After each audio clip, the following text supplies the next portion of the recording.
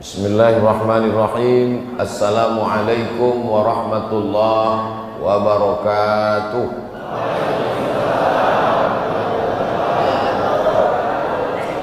Alhamdulillah, wassalatu wassalamu ala rasulillah Sayyidina wa maulana Muhammad ibni Abdillah wa ala alihi wa sahbihi wa man tabi'ahu wa mawalah.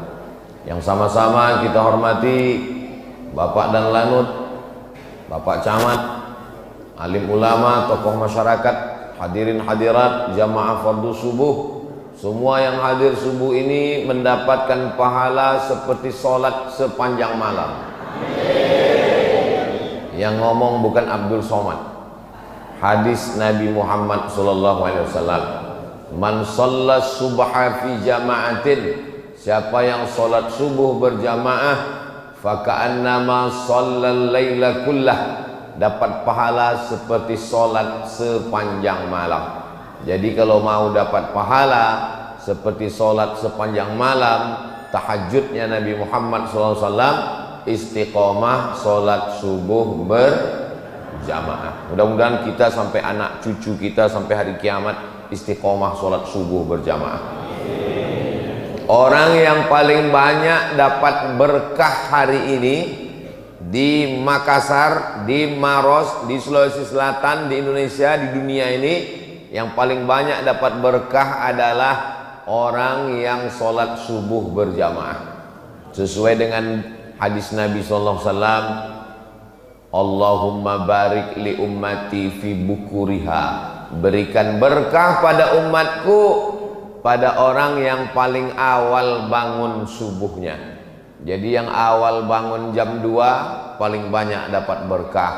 Yang bangun jam 3 banyak dapat berkah. Bangun jam 4 dapat berkah. Yang 5 dapat berkah. Bangun matahari sudah terbit, kencing setan di telinganya. Man nama, siapa yang tidur, walam yusalli, sampai tidak sholat subuh, balas syaitanu fi udhunih, kencing setan di telinganya. Menyediakan toilet setan bagi orang yang tidak subuh berjamaah. Padahal ini hari libur, hari Ahad libur, tapi Masjid Jami' Nurul Iman tetap ramai sholat subuh berjamaah. Padahal hari libur nih banyak orang yang balas dendam karena 6 hari bangun-bangun, hari ini tidak usah kita sholat subuh. Kenapa? Tanggal merah libur. Nah, ini membuktikan kebaikan yang luar biasa. Subuh usahakan habis sholat subuh itu jangan keluar masjid. Kalau kebetulan ada ustadz, ngaji, buat pengajian. Kalau ustadz tidak ada, baca kitab Riyadhus Shalihin. Ustaz Abdul Somad setiap Rabu subuh baca Riyadhus Shalihin di Pekanbaru, di Riau. Kami ustadz di Masjid Jami' Nurul Iman nggak ada kitabnya. Ada kitab Riyadhus Shalihin. Mana itu? Ustaz kok tahu? Saya lihat tadi. Ada kitab Riyadhus Shalihin. Bacakan hadis 1, hadis 2, hadis 3. Yang tidak tahu tanya sama ustadz. Fas'alu ala dzikri in kuntum la ta'lamun. Usahakan habis sholat subuh ngaji. Tidak ada ustadz, baca kitab. Tidak ada yang bisa baca kitab, baca Quran. Baca Quran tidak bisa, pejamkan mata, berzikir. Afdalul zikri fa'lam annahu la ilaha illallah. Sampai jam berapa? Sampai jam 6.26. Dari mana waktu 6.26 itu? Terbit matahari haram sholat, tergelincir matahari haram sholat, tenggelam matahari haram sholat. Kenapa 3 waktu itu tidak boleh sholat? Karena menyerupai perbuatan musyrik jahiliyah Lata, Uzza, Manat, Hubal, Jibti, Taghut, Naham. Makanya tenggelam matahari tidak boleh sholat menjelang tenggelam matahari sampai nampak merah di ufuk barat, barulah boleh, namanya sholat maghrib. Tergelincir matahari tidak boleh sampai masuk waktu zuhur, lebih kurang 10 menit sebelum waktu zuhur, sampai akhirnya azan zuhur baru boleh sholat. Nah, ketika terbit matahari ini jam berapa baru boleh sholat? Jam 6.26. Ustadz tahu dari mana di kota Makassar, di Maros jam 6.26 boleh sholat? Sudah tertulis di jam dinding. Usahakan masjid-masjid supaya jamaahnya jangan sampai salah. Ada syuruk 6:02, duha 6:26. Apa maksud syuruk 6:02? Berarti jam 6:02 terbit matahari, namanya syuruk. Saat matahari terbit kita tidak boleh sholat, karena itu waktu dipakai menyembah berhala. Lewatkan itu, maka dibuatnya duha 6:26, barulah boleh sholat. Sholat apa namanya? Kalau cukup 3 syarat, namanya sholat sunat isyraq. Waktu terbit matahari namanya syuruk, nama sholatnya isyraq. Syaratnya 3. Pertama, sholat subuh berjamaah. Nomor 2, jangan keluar masjid setelah sholat subuh, berzikir, baca Quran, pengajian. Yang ketiga, sampai terbit matahari. Jadi kalau sholatnya di rumah atau tidak ke masjid, atau habis sholat pulang, tetap boleh sholat sunat jam 6.26. Kalau cukup 3 syarat, namanya sholat sunat isyraq. Kalau tidak cukup 3 syarat, namanya sholat duha. Jangan sampai pegawai kantor BUMN ngantri orang urusan di kantor sampai jam 9, jam 10, panjang antrian di bank, di kantor BUMN, kantor dinas. Tanya, kenapa ramai betul orang ngantri? Urusan Pak. Pegawainya mana? Pegawainya sholat duha di musola. Sholat duha hukumnya sunnat, melayani orang banyak hukumnya wajib, meninggalkan yang wajib gara-gara yang sunnat haram hukumnya. Makan duit negara, APBD, APBN, digaji per menit, per detik di kantor, makan duit haram. Maka sholat sunat duhanya kapan? 6.26 sudah boleh sholat duha. Sebelum berangkat kerja jam setengah 7, jam 7 sholat duha baru berangkat. Tapi katanya duha itu jam 8, jam 9, itu waktu afdal. Adapun waktu boleh jam 6.26 sudah boleh, tapi waktunya ini berubah-ubah sesuai dengan terbitnya matahari. Bagaimana kami bisa tahu nanti Ustaz Abu Somad sudah pulang, kami nggak tahu lagi jam berapa? Mudah saja, datang ke Masjid Jami' Nurul Iman, lihat sebelah kiri. Ini pendidikan yang baik. Terus kalau kami sholat sunat isyraq nanti pahalanya apa?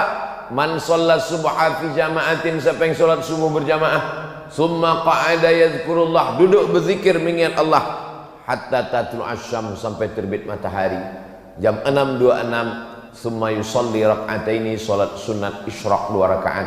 Niatnya usalli sunnatal isyraq, pakai qaf, usalli sunnatal isyraq raka'ataini lillahi ta'ala, saya sholat sunat isyraq 2 rakaat lillahi ta'ala. Kanat lahu ka ajri hajjatin wa umrah, dapat pahala seperti ibadah haji dan umrah. Ini keringanan yang diberikan Allah. Saya tidak tahu di Makassar, di Maros, di Sulawesi Selatan berapa lama daftar tunggunya. Tapi kalau di Pekanbaru Riau, store 2024, berangkat 2050. Bagi saya yang sekarang umur 25 tahun ini, berarti umur 50 nanti baru berangkat. Bayangkan itu. Jangan kecewa, jangan bersedih, jangan berkecil hati. Kenapa? Sholat subuh berjamaah, duduk berzikir mengingat Allah sampai terbit matahari. 6.26 untuk waktu Masjid Jami' Nurul Iman Sulawesi Selatan. Maka sholat sunat 2 rakaat dapat pahala seperti haji dan umrah. Mudah-mudahan kita istiqomah insyaallah. Nah, jadi Allah itu maha pemurah. Jadi kalau ada orang mengatakan Tuhan itu tidak adil, saya tidak punya duit, tidak bisa pergi ke Makkah, ONH plus mahal. Saya dulu tidak tahu kenapa disebut dengan ONH plus. Ternyata setelah saya sekolah ke Mesir baru saya tahu. Plus itu artinya fulus. ONH fulus. Karena mahal biayanya. ONH biasa daftar tunggunya panjang, tapi orang lupa Allah berikan keringanan. Salat subuh berjamaah, salat sunat 2 rakaat, mendapatkan pahala haji dan umrah. Ini Ustaz ngomong begini ada hadisnya? Ada. Di mana hadisnya? Dalam Sunan At-Tirmidzi. Siapa yang menulis kitab itu?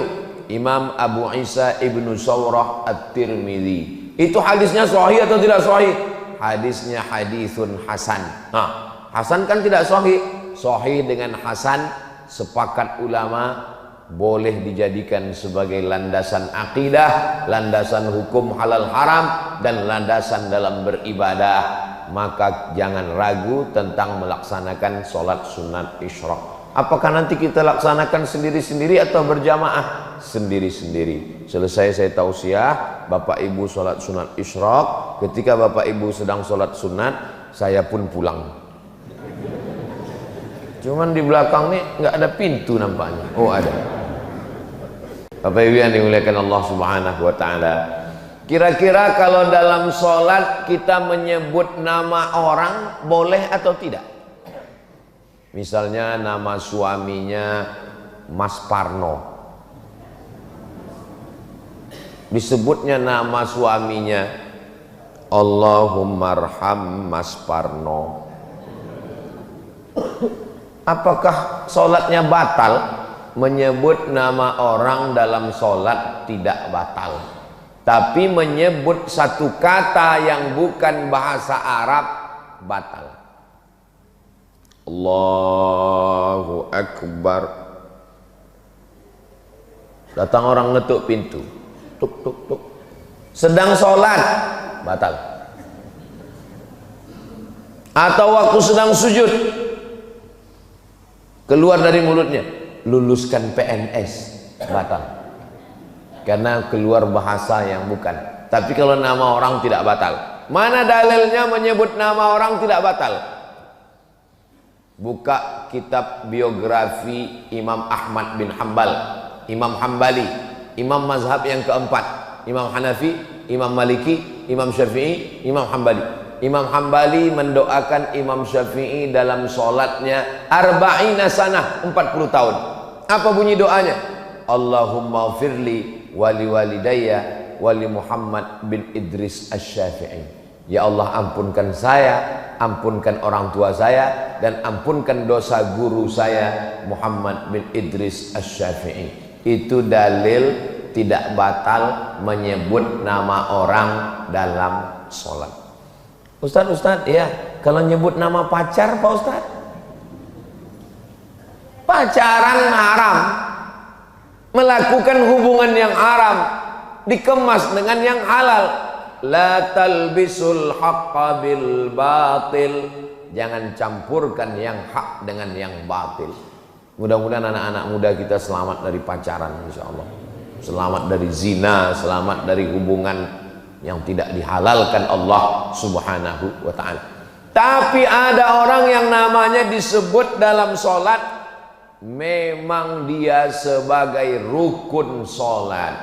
Kalau tidak disebut maka batal sholat.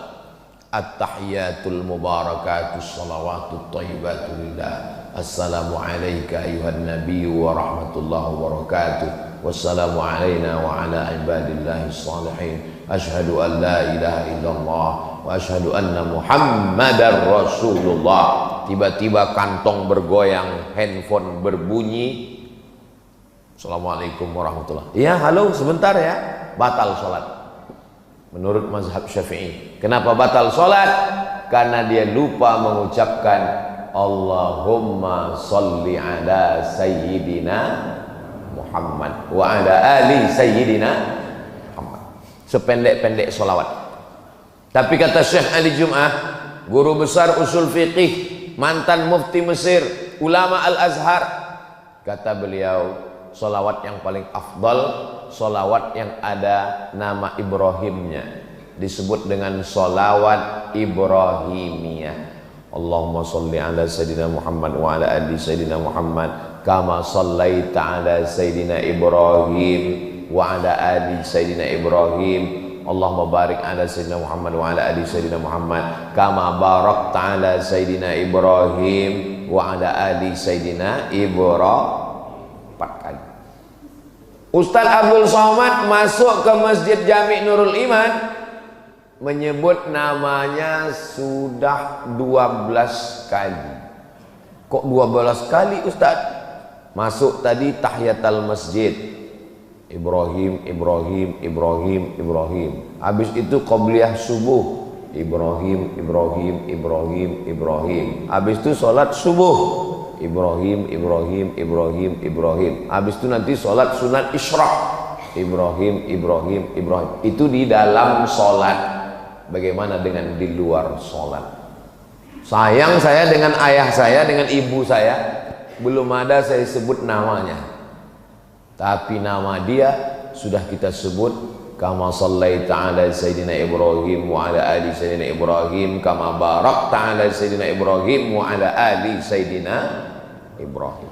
Nanti anak ibu nanya, mama, mama, mama, ya, kenapa Nabi Ibrahim itu disebut dalam sholat sampai 4 kali? Pokoknya dari mama kecil sudah begitu. Ayah, ayah, ayah, ya, kenapa yang disebut nama Nabi Ibrahim bukan nama Nabi Adam, bukan nama Nabi Idris, bukan nama Nabi Nuh, bukan nama Nabi Zakaria, bukan nama Nabi Yahya? Kenapa Ibrahim, Ibrahim, Ibrahim, Ibrahim? Kata Ustadz, jangan banyak nanya. Kalau banyak nanya nanti masuk neraka. Begitu cara membungkam anak-anak biar supaya dia nggak banyak nanya. Kalau anak bertanya, itu menunjukkan dia berpikir, maka usahakan untuk menjawab. Kalau belum bisa jawab, cari jawabannya di channel Ustadz Abdul Somad Official. Subscribe, like, share, and comment. Kenapa Nabi Ibrahim alaihissalam? Karena semua agama samawi ketemu pada titik Ibrahim alaihissalam. Samawi diambil dari kata sama. Sama artinya langit. Agama yang diturunkan dari langit, yang dibawa oleh Nabi, disebut dengan samawi. Nabi Ibrahim punya anak namanya Ishak. Ishak punya anak namanya Yakub. Yakub punya anak namanya Yusuf. Yusuf punya saudara namanya Imran. Imran punya anak cucu keturunan namanya Musa. Agama yang dibawa oleh Nabi Musa adalah agama Islam, tapi dirubah oleh orang Yahudi. Mereka sebut nama agama sekaligus suku mereka dengan suku Yahudi. Enggak Pak Ustadz, itu sekarang negaranya bukan Yahudi, namanya Israel. Apa beda Yahudi sama Israel? Nabi Ibrahim punya anak namanya Ishak. Ishak punya anak namanya Yakub. Yakub namanya 2. Satu Yakub, satu lagi Israel. Maka anak cucu keturunan Yakub disebut dengan Bani Israel. Isra artinya hamba, El artinya Tuhan. Israel hamba Tuhan. Asli nama itu bagus, cuman anak cucunya tidak bagus. Israel hamba Tuhan. Bahasa Arabnya Abdul Somad. Abdul itu hamba, Somad itu Tuhan. Jadi nama saya ini kalau Israel. Tapi jangan nanti gara-gara ini ada yang hamil, mohon maaf, punya anak, Pak Ustadz, siapa kasih nama anak saya? Israel. Nanti dia diserang Palestina.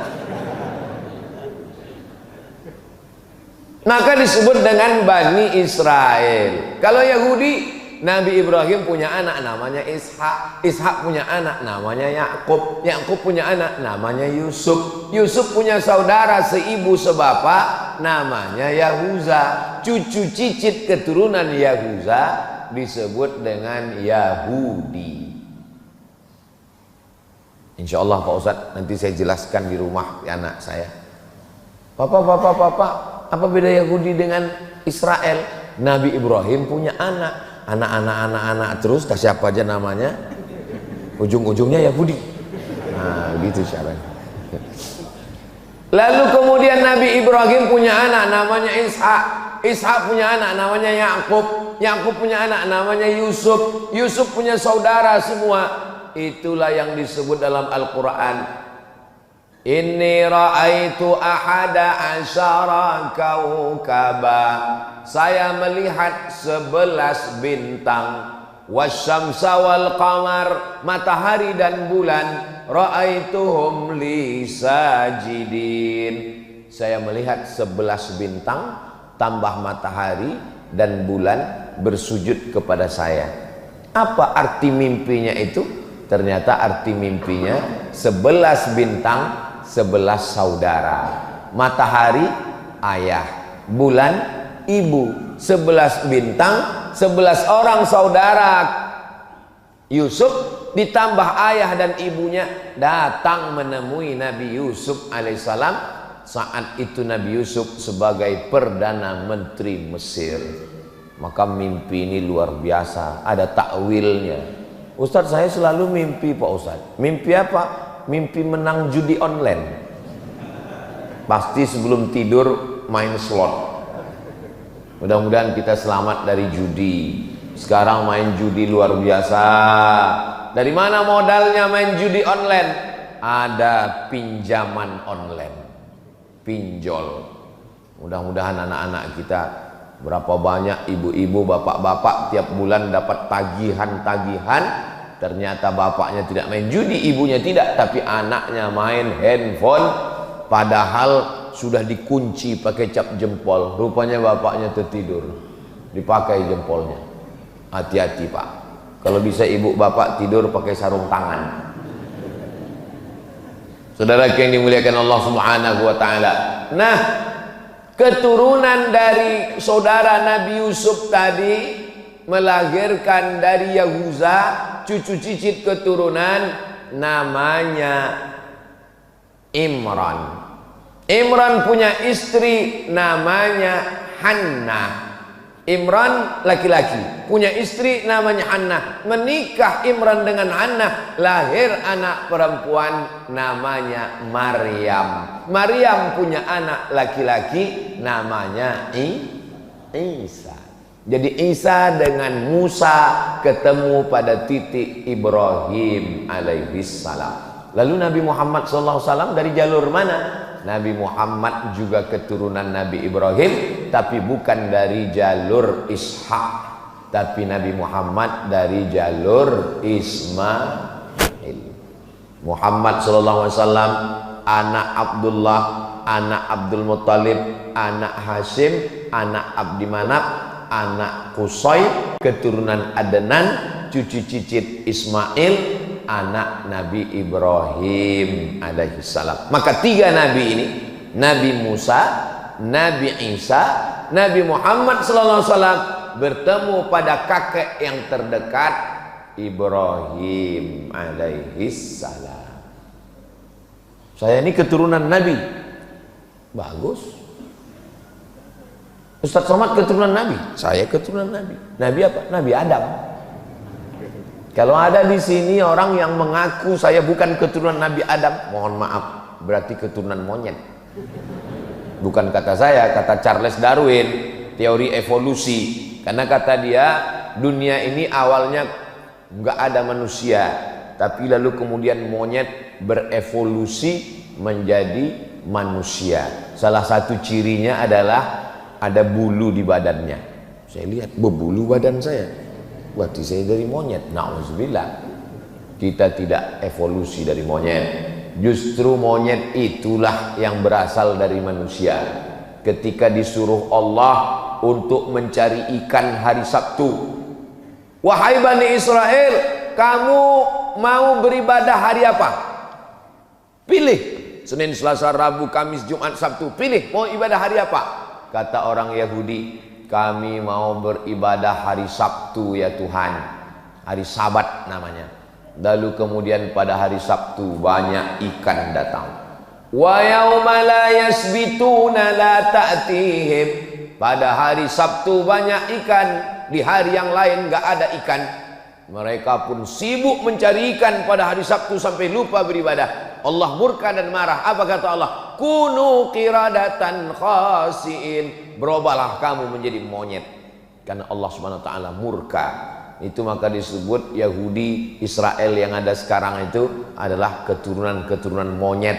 Karena tidak ada akal hati perasaannya. Tadi di mobil saya mau kemari, saya buka internet, gambar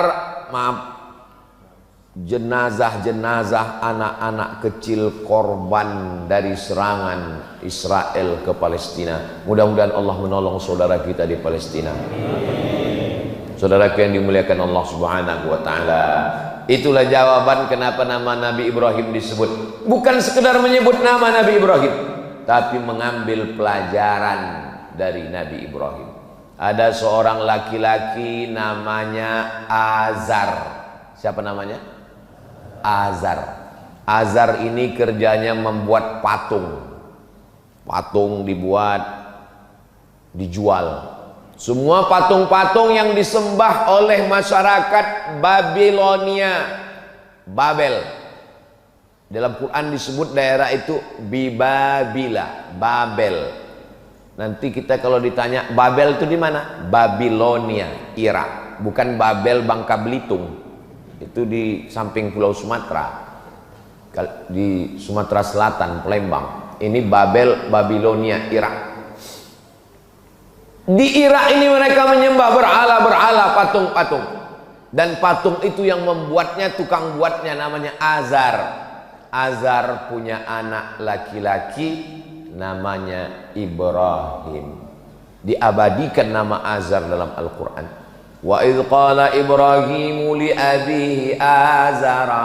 Ingatlah ketika Ibrahim berkata kepada bapaknya Azar, atattakhidhu asnaman alihah. Mengapa engkau membuat patung berhala menjadi Tuhan? Azar ngamuk. La illam tantahi, kalau kau tidak berhenti menceramahi aku, mendakwahi aku, melarang aku buat patung, nyembah patung, la arjumannaka, ku lempar kamu pakai batu sampai mati. Wahjurni malia, tinggalkan aku. Ibrahim, jangan ceramahi saya. Kalau kamu tetap menceramahi saya, mendakwahi saya, la arjumannaka, saya rajam kamu, saya lempar kamu pakai batu sampai mati. Wahjurni malia, tinggalkan saya. Nabi Ibrahim orangnya lembut. Apa kata Nabi Ibrahim? Sa'astaghfiru laka rabbi, aku akan memintakan ampun kepada Allah untukmu. Innahu kana bi hafiya. Allah mengampunkan segala dosa-dosa saya, dan Allah dekat dengan saya. Allah mengabulkan doa saya. Ini pelajaran bagi pemuda hijrah, anak-anak muda yang taubat, tergabung dalam Biker Subuhan, anak-anak muda yang hijrah taubat, membuat komunitas. Rata-rata pertanyaan mereka mirip nasibnya macam Nabi Ibrahim. Assalamualaikum Ustadz. Waalaikumsalam. Boleh nanya Pak Ustadz? Boleh. Apa pertanyaannya? Gimana Pak Ustadz? Ayah saya nggak sholat. Tenang adik-adik, nasib kalian macam Nabi Ibrahim. Belum ada apa-apanya itu. Nabi Ibrahim punya ayah bukan sekedar nggak sholat, tukang cetak batu berhala. Bayangkan, semua patung-patung berhala yang disembah orang kafir musyrik, tertulis di tengkuknya made in Azar. Dia punya percetakannya. Itulah ayah Ibrahim. Tapi dia tetap beradab, sopan santun. Dia tidak mengatakan Azar kafir, penghuni neraka jahanam.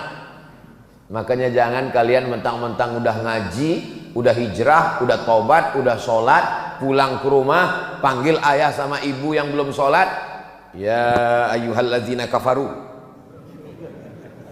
Mana adabmu? Mana sopan santunmu? Jangan ajari ayahmu bicara, jangan ajari ibumu berkata-kata. Kenapa? Karena kau pandai bicara, mereka yang mengajarmu. Anak tidak pernah tua di depan mata orang tua. Saya ustadz tamat Mesir, Selamat Maroko, pulang ke rumah, tapi di depan ayah ibu saya tetaplah anak kecil yang baru pandai berbicara. Tidak pernah saya ceramahi orang tua saya. Ingat saya almarhumah emak saya pulang dari musola, dekat rumah saya ada musola kecil namanya musola Al-Makmur. Apa kata dia? Tadi ustadz kami ceramah di musola, Mat. Kata dia bagus puasa di bulan Rajab ini. Dia suka puasa bulan Rajab, sudah tua, umurnya 70-an. Saya bilang, Mak, jangan puasa bulan Rajab, nanti lemah di bulan Ramadan. Bulan Rajab itu puasanya puasa bulan haram, bagus, tapi jangan terus puasa bulan Rajab, tidak baik bagi kesehatan. Ustadz kami tadi yang ngomong, hebat ustadz kami itu, Man. Jadi bagi dia lebih hebat ustadz dia yang di musola daripada saya. Dia pergi umroh, pembimbingnya Ustadz Yurnalis namanya di kota Pekanbaru, dengan Ustadz Mawardi Muhammad Saleh namanya di kota Pekanbaru. Pulang dia umroh, dia kasih tahu ke saya, aku umroh tadi, Mat, hebat pembimbing kami itu. Kira-kira kamu bisa nggak ceramah macam dia ya? Di depan mata orang tua, anak tetaplah anak kecil yang belum bisa apa-apa. Maka jangan pernah menceramahi orang tua. Kenapa? Karena kau serius, mereka melihatmu lucu. Lucu kok ya, anak kecil udah pandai ceramah gitu ya.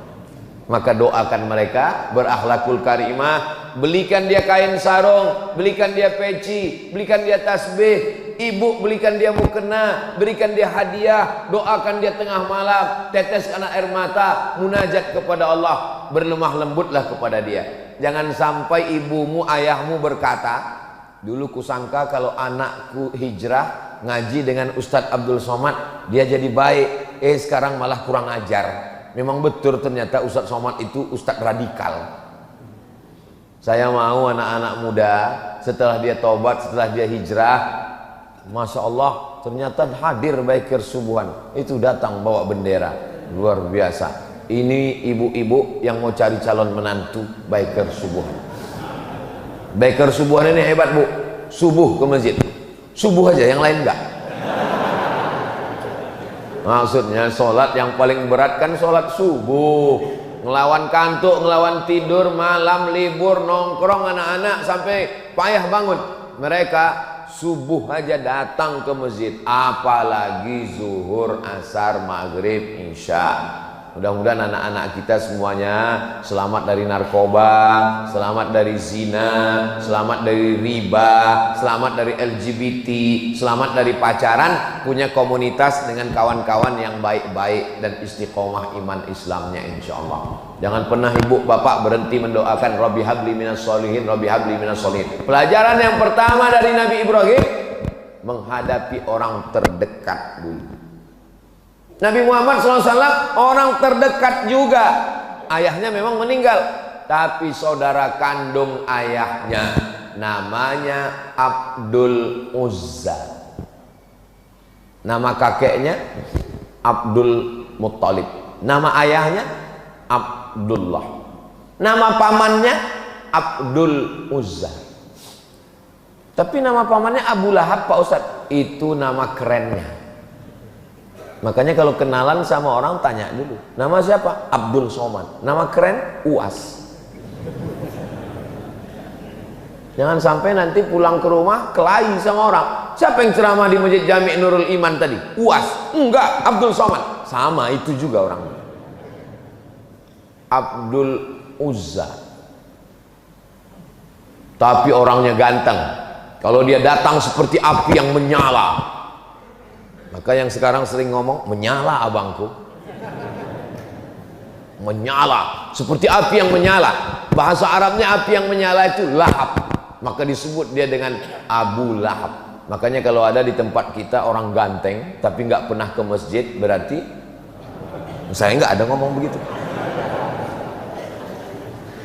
Di Pekanbaru ada, saya lewat di jalan, ada rumah makan, mampir rumah makan Abu Lahab. Loh, haram ini pakai nama Abu Lahab, ternyata ujungnya pakai P, lahap, bukan B. Kalau lahap makan, maksudnya makan, kalau di situ lahap. Nggak tahu rumah makan itu sudah buka atau tutup, karena takut orang mampir. Tarmihim bihijaratin min sijil. Bapak Ibu yang dimuliakan Allah Subhanahu wa taala, ujian pertama pemuda hijrah, orang tua. Jangan sampai kurang ajar dengan orang tua. Lembutlah kepada mereka. Wa in jahadaka ala an tusyrika bima laisa laka bihi ilmun. Kalau ayahmu ibumu memaksamu untuk beribadah kepada yang bukan Allah, mempersekutukan Allah, maksa buat dosa, kamu nih baju kamu seperti baju nenek-nenek, buat malu, buka jilbabmu, buka hijabmu, lihat nih baju mama seperti mak lampir. Jangan lawan, tetap lemah lembut. Apakah boleh diikut orang tua yang kufur? Tidak boleh.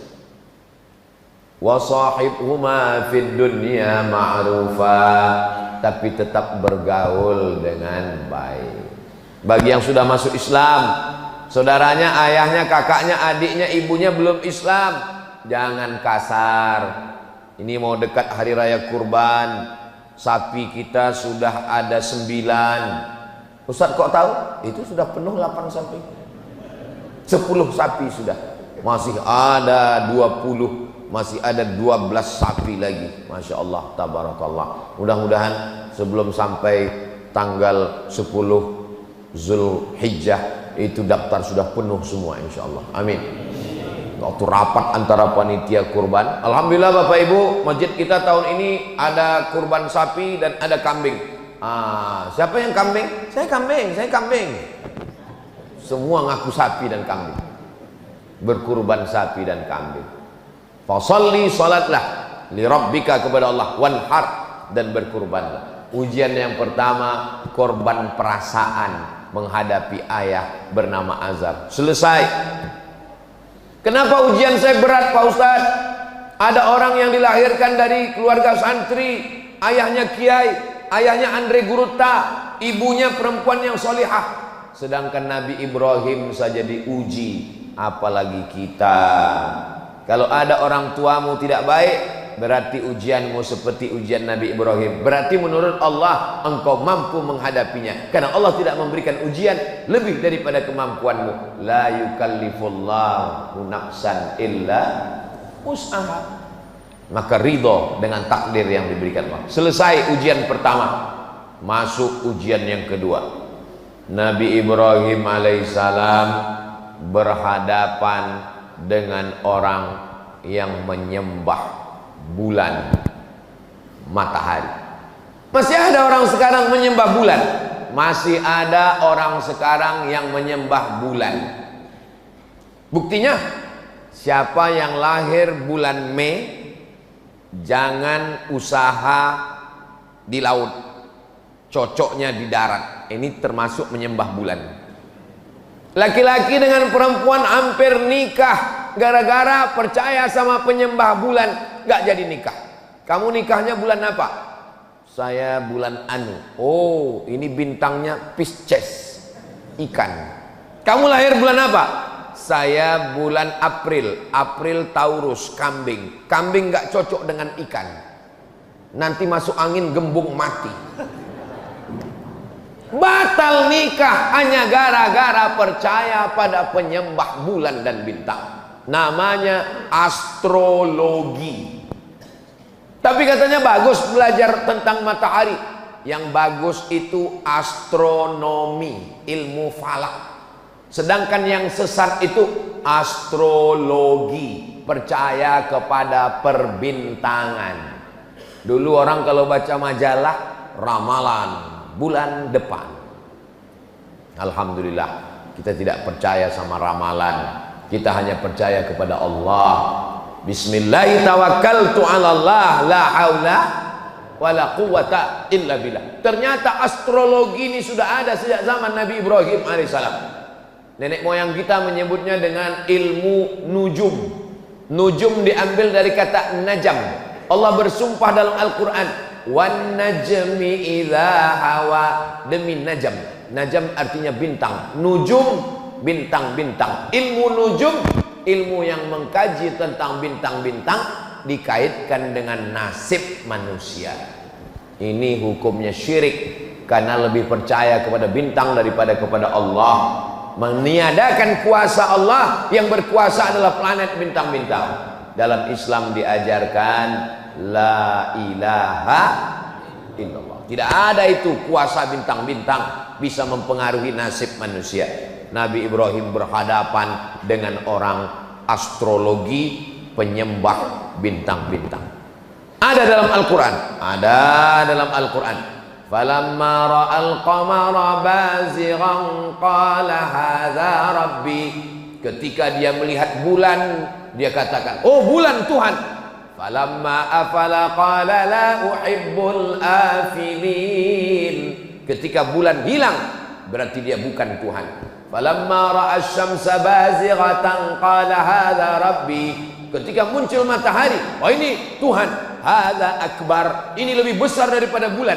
Falamma afalat, ketika dia hilang, berarti dia bukan Tuhan. Banyak orang mengartikan ayat ini mengatakan Nabi Ibrahim sedang mencari Tuhan. Lihatlah perjalanan Ibrahim mencari Tuhan. Dia lihat bintang, dia sangka Tuhan. Dia lihat matahari, dia sangka Tuhan. Nabi Ibrahim bukan filosof. Yang mencari Tuhan itu ahli filsafat. Aristoteles, Demokritos, Sokrates, Thales, itu yang mencari Tuhan. Sedangkan nabi-nabi tidak pernah mencari Tuhan. Nabi Ibrahim tidak pernah mencari Tuhan. Allah yang memperkenalkan diri kepada nabi-nabi. Ma'rifah namanya, perkenalan Allah kepada nabinya. Lalu apa maksud Nabi Ibrahim melihat matahari bulan? Dia mau mengajar para astrologi itu bahwa nasibmu bukan ditentukan oleh matahari, tidak ditentukan oleh bulan lahir, tapi ditentukan oleh Allah Subhanahu wa ta'ala. Kasihan sekali kalau ada orang tua masih percaya astrologi. Lahir anaknya, kata pakar astrologi, anak kamu beruntung karena lahirnya bulan penuh. Bulan sedang penuh 30, berarti anakmu ini rezekinya penuh. Lahir anak kedua pas bulan sabit, ini pembawa sial. Kan kasihan sekali. Akhirnya anak yang bulan penuh dikasih uang penuh, uang jajan penuh, sekolah penuh, akhirnya dipakai main judi. Anak yang bulan sabit dikasih uang sedikit, dia serius belajar. Setelah dewasa, apa yang terjadi? Kecemburuan sosial. Anak yang dikasih uang sedikit cerita cucu-cucu kelahi gara-gara orang tua tidak adil. Itu kakak saya disekolahkan sampai S1, S2, S3, S teler, S cendol, S doger, S Bandung. Sementara adiknya tamat SMP karena dianggap sialan, nggak perlu disekolahkan. I'dilu baina auladikum, bersikap adillah kamu di antara anak-anak kamu. Ittaqullah, wahai bapak dan ibu, takutlah kepada Allah. Jangan curang, bersikap adillah kepada anak-anak. Jangan percaya astrologi. Gak jadi nikah gara-gara ramalan perbintangan. Tidak adil pada uang jajan anak gara-gara ramalan. Mau ikut TNI, Angkatan Darat, Angkatan Laut, Angkatan Udara, Polisi, BUMN, ASN, gak jadi gara-gara ramalan. Kamu lahirnya bulan apa?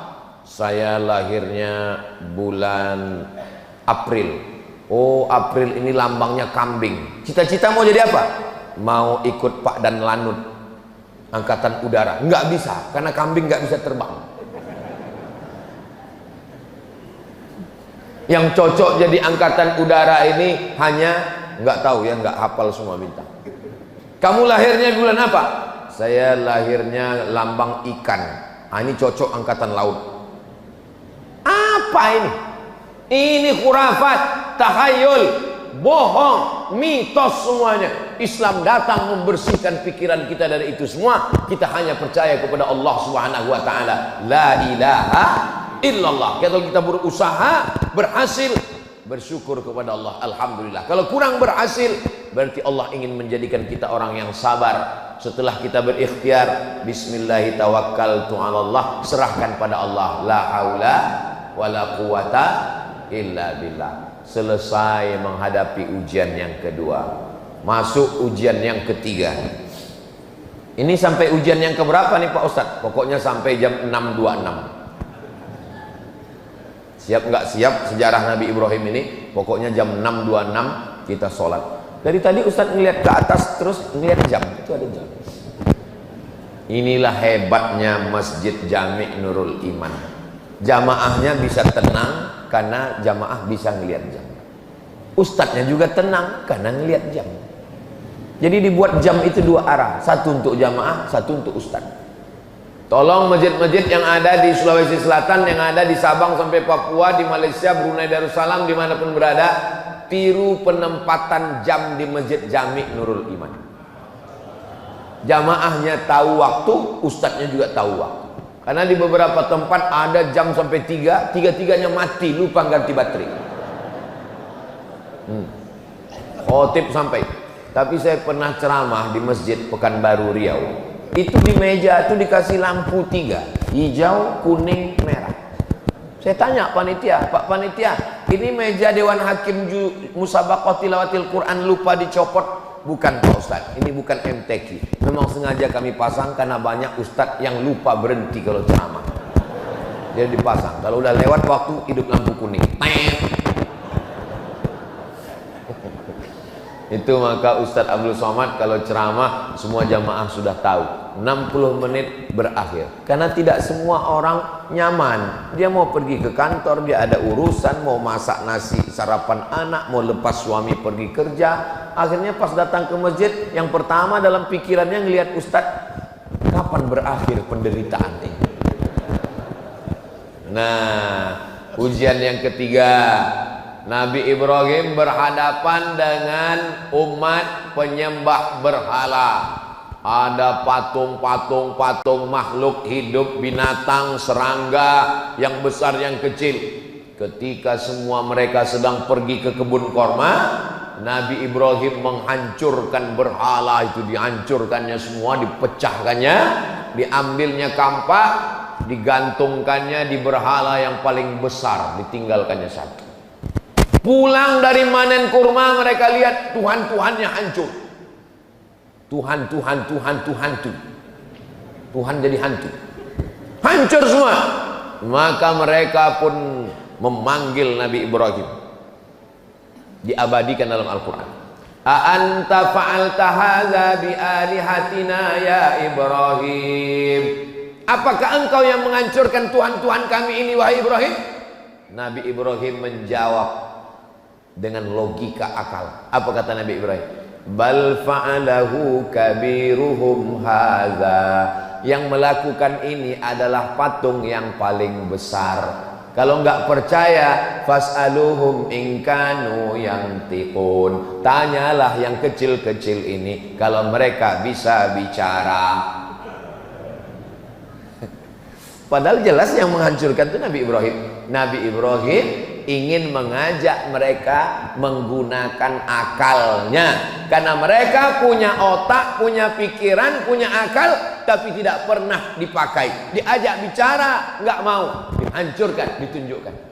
Rupanya orang, kalau sudah, Masya Allah, jazakumullah, terima kasih Ustaz. Anak gadis duduk tersenyum. Duduk tersenyum di tengah malam. Kalau sudah datang air minum, ceramah bisa jadi 2 jam. Sampai mana tadi ceritanya? Hancur berhala-berhala, ditangkap Nabi Ibrahim, dieksekusi, dipersekusi. A'anta fa'alta hadza bi alihatina? Engkau yang sudah menghancurkan Tuhan kami? Nabi Ibrahim jawab dengan slow. Bal fa'alahu kabiruhum hadza. Yang menghancurkan ini patung yang paling besar. Fas'aluhum in kanu yantiqun. Mereka lah, kalau kamu tidak percaya tanya. Rupanya orang, prinsip manusia dari sejak zaman Nabi Ibrahim, kalau kalah otak, mereka akan pakai otot. Kalah otaknya, buntu, mereka pakai otot, ngadu ke raja. Rajanya Namrus. Raja Namrus mengumpulkan bala tentara, nyalakan api, bakar Ibrahim, karena dia sudah mengganggu stabilitas keamanan nasional. Akhirnya dinyalakan api unggun, harriquhu, bakar dia. Saat mereka membakar Nabi Ibrahim alaihissalam, Allah berkata kepada api, ya nar, wahai api, kuni bardan, jadilah engkau sejuk, wasalaman, dan selamat, ala Ibrahim, sejuk dan selamat engkau bagi Ibrahim. Nabi Ibrahim keluar dari api unggun dalam keadaan sejuk, dingin, dan selamat. Inilah doa yang selalu dibaca jamaah ketika menunaikan haji ke Baitullah. Ustaz Somad, ya, ini kabarnya di Makkah sedang cuaca musim panas 40 derajat Celcius. Tolong ajarkan saya doa biar supaya dingin di sana Pak Ustaz. Ya narukuni bardan wasalaman ala Ibrahim, ya narukuni bardan wasalaman ala Ibrahim, ya narukuni bardan wasalaman. Pulang haji, gimana? Alhamdulillah Pak Ustaz, selama di Makkah dingin, selama di Madinah dingin. Gak lama temannya yang satu kloter cerita, memang dingin Pak Ustaz karena dia gak pernah ke masjid. Jadi hotel terus. Jangan menghukumi orang pulang haji melihat bentuk fisik. Siapa yang pulang haji wajahnya gemuk dan putih, itulah hajinya mabrur. Kalau kurus dan hitam, itu hajinya mardud. Begitu pulang langsung pakai hukum fisik, nampak ada yang gemuk putih, ini mabrur. Rupanya makan tidur di hotel. Ada yang naik bis dari Aziziyah mengejar kurus, kena panas. Ini sebenarnya mau membela diri saya yang kurus dan hitam. Saudara yang dimuliakan Allah Subhanahu wa taala.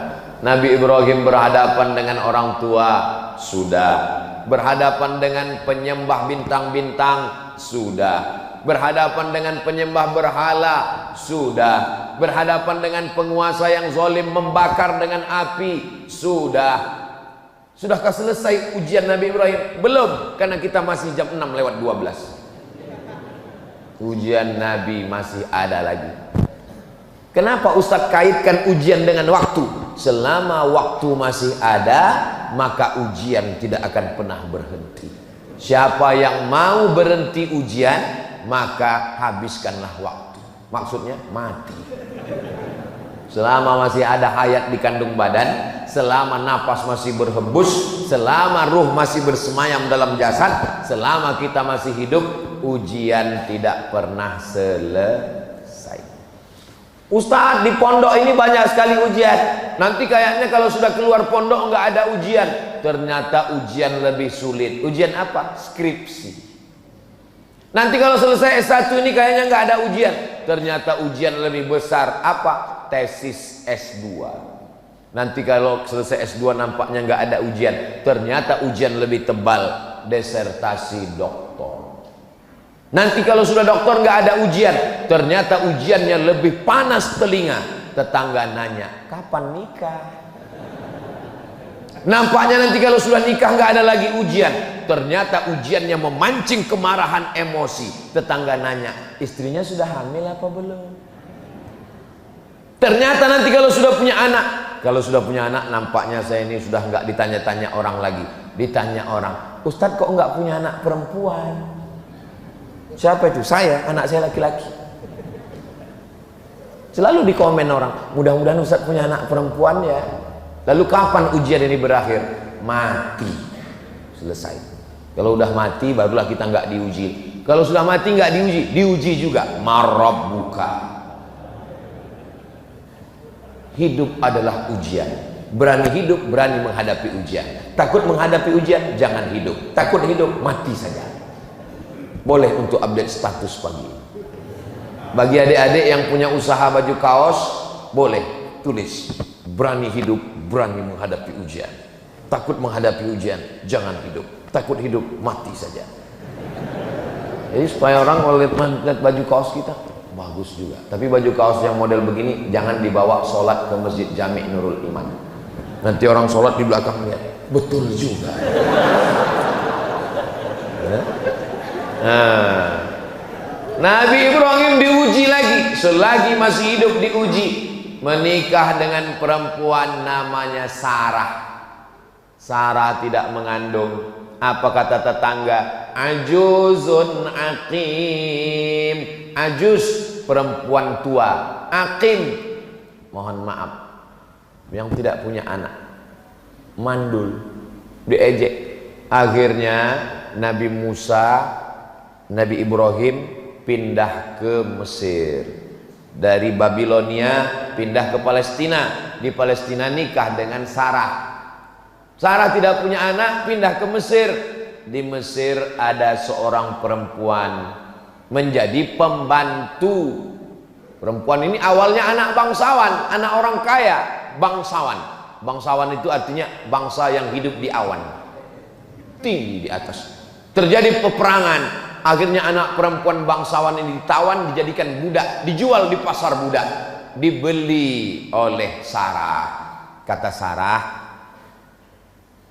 kamu nikah dengan suami saya supaya suami saya punya anak.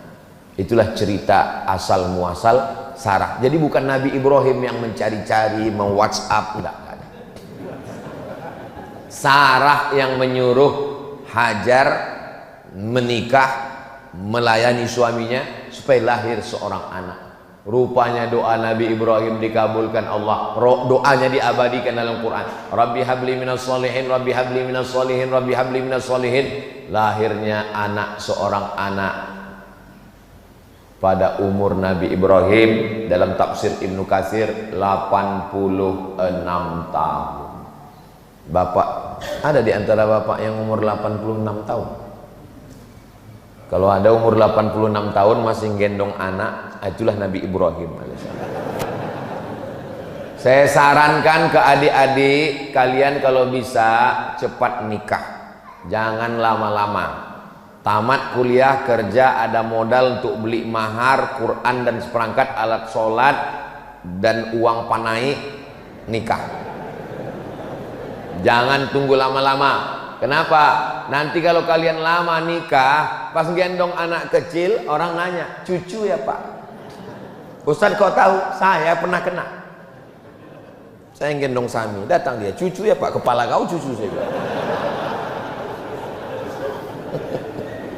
Untung istri saya nggak dengar. Nah, jadi Nabi Ibrahim alaihissalam berdoa. Nabi Ibrahim Khalilullah, kekasih Allah, kesayangan Allah, bapaknya nabi-nabi, cucu cicitnya jadi nabi, berdoa 86 tahun baru dikabulkan Allah. Datang jamaah, Ustaz, kenapa doa saya belum juga dikabulkan Allah? Saya bilang Nabi Ibrahim berdoa 86 tahun, Nabi Musa berdoa 40 tahun, Nabi Muhammad berdoa 16 bulan baru pindah arah kiblat dari Masjidil Aqsa ke Masjidil Arab. Kamu berdoa kapan? Subuh tadi. Siapa kita? Ini banyak orang sekarang berdoa ini bukan meminta tapi memaksa. Kita berdoa ini minta. Kalau Allah kasih, alhamdulillah. Nggak dia kasih, kita minta terus. Ini banyak orang maksa. Ya Allah, tolong kabulkan. Kalau enggak, awas. Apa ini? Sama anak-anak muda ini kalau berdoa, ya Allah, aku jatuh cinta kepadanya, jadikan dia jodohku. Kalau dia bukan jodohku, jadikan dia jodohku. Kalau dia sudah punya jodoh, matikan jodohnya. Apa ini? Bagaimana kita memaksa Allah Subhanahu wa Ta'ala? Yang namanya berdoa itu meminta, memohon dengan suara yang lirih, mengangkat tangan, meneteskan air mata. Betapa sakitnya hati saya, Pak Ustadz. Saya yang ngantar dia ke kampus, yang menemani pendaftaran, tapi giliran wisuda yang lain. Kau mesti husnuzon, kau mesti kuat tegar. Allah ingin memberikan perempuan yang lebih cantik, yang lebih putih, yang lebih solihah. Mana dia Pak Ustadz? Ustadz pula dipaksa. Apa ini anak-anak muda ini? Makanya anak-anak baik kesubuhan tidak begitu. Kalau dia sedang galau, dia gas terus sampai ke pantai Losari.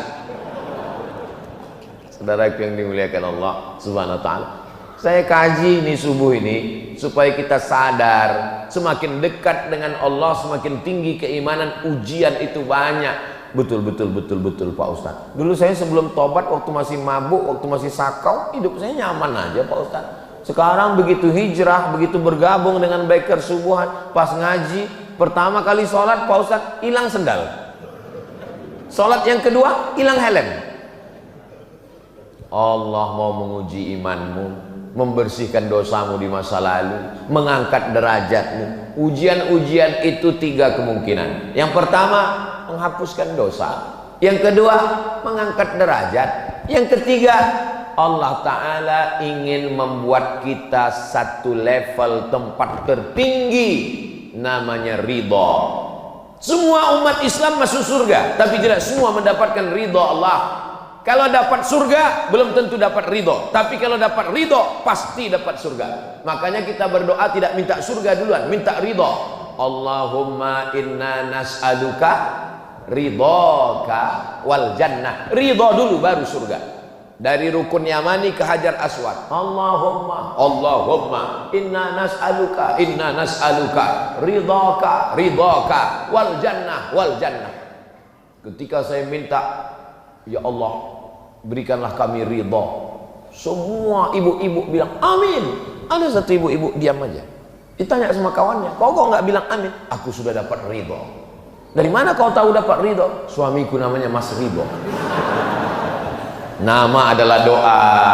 Jadi kalau ibu kasih nama anak namanya Ridha, dia ingin supaya dia ridha menerima segala ketetapan Allah, segala yang baik yang buruk. Makanya rukun iman itu kan ada 6. Antu'mina bil qadari, beriman kepada takdir, khairihi wa syarrihi, yang baik dan yang buruk. Oh, jadi takdir itu ada 2 Pak Ustadz? Iya, takdir baik dan takdir buruk. Betul-betul sesuai dengan saya dan suami Pak Ustadz. Maksudnya Bu, saya bagi suami saya ini takdir baik dia Pak Ustadz, tapi dia bagi saya itu takdir buruk saya Pak Ustadz. Allah Subhanahu wa Ta'ala mempertemukan kalian di tempat yang baik, dalam majelis yang baik, dengan cara yang baik, supaya kita mendapatkan kebaikan-kebaikan. Nabi Ibrahim tidak pernah lepas daripada ujian. Sudah punya anak, apa kata Allah Subhanahu wa Ta'ala? Antarkan anakmu ke Baitullah, dari Masjidil Aqsa ke Masjidil Haram. Jaraknya 1500 km, naik unta menyeberang lautan gurun pasir. Umur Nabi Ismail, kata Imam Al-Qastullani, Imam Badruddin Al-Aini dalam syarah Sahih Bukhari, wa umruhu sanataini, umur Nabi Ismail 2 tahun. Umur 2 tahun, umur lagi-lagi lucu-lucunya, lagi sayang-sayangnya, disuruh Allah pisahkan dia ke Baitullah. Ditinggalkan Nabi Ibrahim lah anaknya itu di samping Ka'bah. Diabadikan dalam Quran. Askantu min dzurriyyati, aku tinggalkan anakku Ibrahim fi wadin, Ismail fi wadin, di sebuah lembah, ghairi dzi zar'in, tidak ada tanaman, kering kerontang, panas menggigit, inda baitikal muharram. Lihat adab Nabi Ibrahim. Enggak ada Nabi Ibrahim berdoa, ya Allah teganya engkau. Enggak ada. Apa kata Nabi Ibrahim? Kutinggalkan anakku di lembah yang tak ada tanaman, di samping Baitullah yang mulia. Enggak ada dia katakan tolong jaga dia ya Allah. Enggak. Adabnya kepada Allah, dia hanya bercerita kepada Allah, dia ingin anak itu dijaga oleh Allah Subhanahu wa Ta'ala. Setelah anak itu diletakkannya di samping Ka'bah, Nabi Ibrahim naik ke atas untanya mau pulang ke Palestina. Hajar memegang ujung jubah Nabi Ibrahim. Apa kata Hajar? Allahu amaraka bihada, apakah Allah yang menyuruh engkau melakukan ini wahai Ibrahim? Kenapa Hajar bertanya itu? Hajar ingin meyakinkan, ini yang nyuruh ini Allah atau istri pertama? Apa kata Hajar? Allahu amaraka bihada, apakah Allah yang menyuruh engkau melakukan ini wahai Ibrahim? Apa kata Nabi Ibrahim dengan satu kata? Naam. Iya. Hajar melepaskan ujung jubah Ibrahim. Apa kata Hajar? Idzan lan yudayyi'ana. Kalau Allah yang menyuruh, dia tidak akan menyia-nyiakan kami di sini. Yang meninggalkan kami engkau pencari rezeki, yang bersama kami di sini pemberi rezeki. Lalu apa yang kami ragukan? Hajar perempuan yang tegar, perempuan yang luar biasa. Hajar ketika ditinggalkan bukan nangis, Ibrahim. Perempuan yang tangguhlah yang melahirkan anak tangguh luar biasa bernama Ismail alaihissalam. Makanya di balik laki-laki yang hebat ada dua perempuan yang hebat. Jangan tunggu dulu, cepat aja. Maksudnya dua itu maksudnya ibu dan istri, itu maksudnya. Ini orang ini udah lain aja nih bu, nampak? Di balik Nabi Ismail yang hebat ada dua perempuan yang hebat, ibunya dan istrinya melahirkan orang-orang yang hebat. Nabi Ibrahim hebat, dua perempuan yang hebat, ibunya solihah, nama ibunya Umailah, dan istrinya perempuan yang baik-baik. Itu maka kita selalu menyebut keluarganya Ali Ibrahim wa ala Ali Ibrahim. Ali artinya keluarga, tidak hanya Ibrahim tapi juga keluarganya yang baik-baik. Selesaikah ujian Nabi Ibrahim? Belum selesai.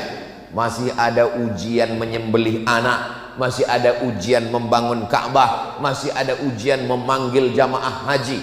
Tapi waktu kita sudah sampai 626. Jangan kemana-mana, kita lanjutkan setelah yang satu ini. Jamaah yang dimuliakan Allah Subhanahu wa Ta'ala, intinya selagi masih ada waktu, ujian tidak pernah akan datang berhenti. Kita siap menghadapi ujian hidup. Bapak Ibu siap menghadapi ujian hidup?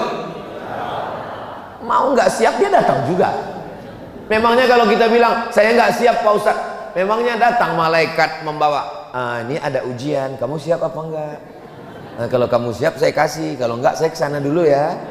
Enggak ada begitu, mau siap nggak siap tetap. Maka kuatkan diri dengan sholat. Allahu Akbar, serahkan kepada Allah. Inna sholati wa nusuki wa mahyaya wa mamati lillahi rabbil alamin. Sholat, zikir, baca Quran itu menguatkan pundak bahu kita untuk menghadapi ujian-ujian. Tapi saya tidak mengatakan saya yang ceramah, saya yang paling siap. Tidak. Doakan Bapak Ibu semua supaya Ustadz Abdul Somad punya hati yang kuat menerima ujian dari Allah Subhanahu.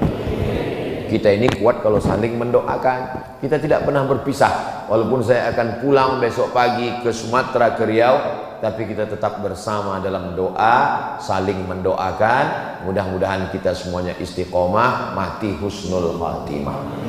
Anak-anak kita semuanya soleh dan solehah. Rezeki kita berkah sehingga kita bisa berhaji ke Baitullah. Ala hadhihi niyah, al-Fatihah. A'udzu billahi minasy syaithanir rajim. Bismillahirrahmanirrahim. Alhamdulillahi rabbil alamin. Ar-Rahmanir Rahim. Maliki yaumiddin. Iyyaka na'budu wa iyyaka nasta'in. Ihdinas siratal mustaqim. Siratal ladzina an'amta 'alaihim ghairil maghdubi 'alaihim waladdallin. Amin. Allahumma salli ala Sayyidina Muhammad wa ala ali Sayyidina Muhammad kama sallaita ala Sayyidina Ibrahim wa ala ali Sayyidina Ibrahim. Allahumma barik ala Sayyidina Muhammad wa ala ali Sayyidina Muhammad kama barakta ala Sayyidina Ibrahim wa ala ali Sayyidina Ibrahim. Allahumma ja'alna sabirin sabura Ibrahim. Jadikan kami orang yang sabar seperti kesabaran Nabi Ibrahim menerima segala ujian-Mu ya Allah. Allahumma ja'alna minal aqwiya quwwata Ibrahim. Jadikan kami orang-orang yang kuat, yang tegar seperti kekuatan ujian menghadapi ujian hidup Nabi Ibrahim alaihissalam. Ya Qawiyyu ya Matin, Engkau yang maha kuat, gagah perkasa. Qawi imanana, kuatkan iman kami. Wa sahih ajsadana, sehatkan badan kami. Waj'alna minar rasyidin, jadikan kami orang yang lurus, lurus hatinya, lurus pikirannya, lurus kata-katanya, lurus perbuatannya. Rabbana hablana minas salihin, jadikan anak kami anak-anak yang soleh seperti solehnya Nabi Ismail alaihissalam, seperti solehnya Nabi Ishaq alaihissalam. Allahumma ja'al zawjatina minas salihat, jadikanlah pasangan hidup kami istri-istri yang solihah. Allati tu'inu imanana, yang menolong iman kami. seperti solihahnya Sarah, seperti solihahnya Hajar yang menolong iman Nabi Ibrahim alaihissalam. Rabbana ighfir lana dzunubana, ampunkan dosa kami, wali abaina, ayah kami, wali ummahatina, ibu kami, wali azwajina, pasangan hidup kami, wali dzurriyyatina, anak keturunan kami, wali man hadarana, semua jamaah yang hadir pada subuh yang penuh berkah ini ya Allah. Allahumma khtim lana bi husnil khatimah wa la takhtim alaina bi su'il khatimah. Rabbana atina fid dunya hasanah wa fil akhirati hasanah wa qina adzaban nar. Wa sallallahu ala sayyidina Muhammad wa ala alihi wa sahbihi wa sallam. Walhamdulillahi rabbil alamin. Taqabbalallahu minkum minna wa minkum taqabbal ya karim.